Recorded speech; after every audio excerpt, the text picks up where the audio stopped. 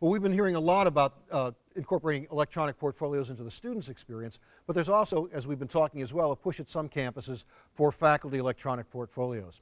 With us today to discuss the work being done on faculty portfolios is Daniel Bernstein, the director of the Center for Teaching Excellence at the University of Kansas, and Toru Iyoshi, senior scholar and co-director of the Knowledge Media Lab at the Carnegie Foundation for the Advancement in Teaching. Daniel, please tell us about your work with electronic portfolios. Thanks for joining us today. Thank you, Casey.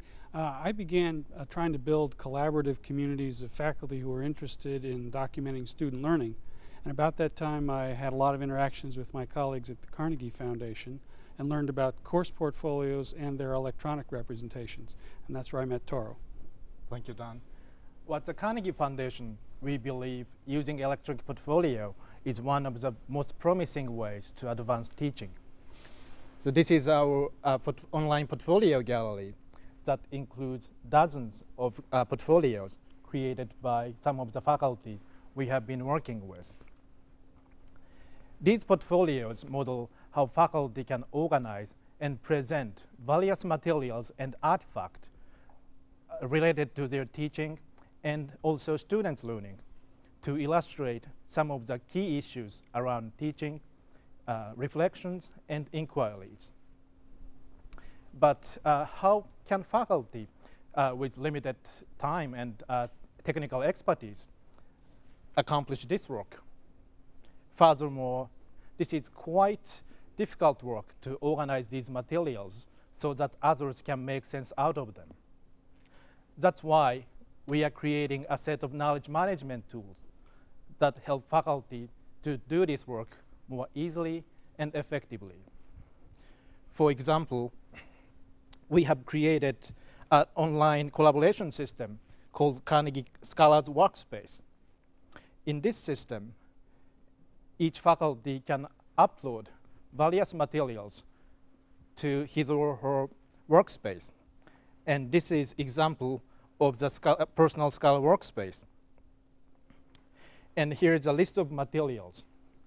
This list includes some course materials, students' work, syllabi, assessment data, and images and videos from the classroom. Then faculty can use those web-based tools to transform these materials into visually appealing and intellectually engaging representation, just like this portfolio. Daniel, the work that you're doing, I'm sorry.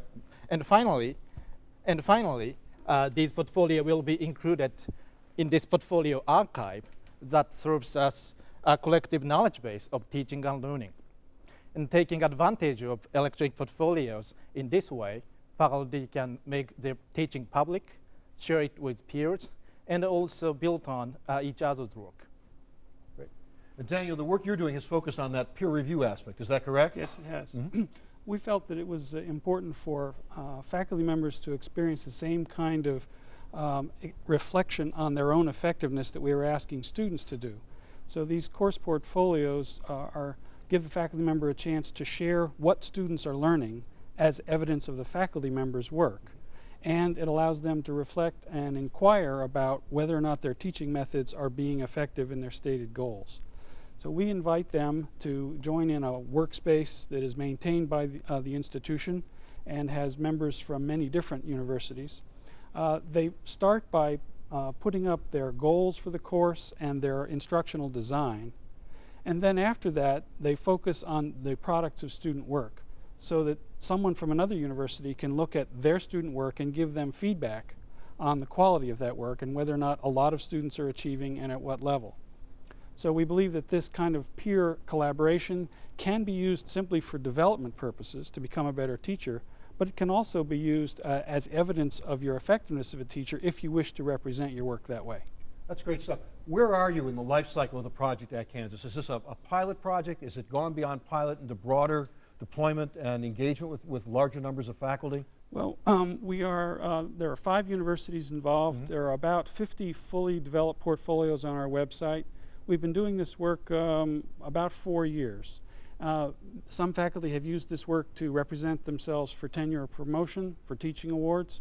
Other people have used it to represent the effect of a curriculum or a whole program's work.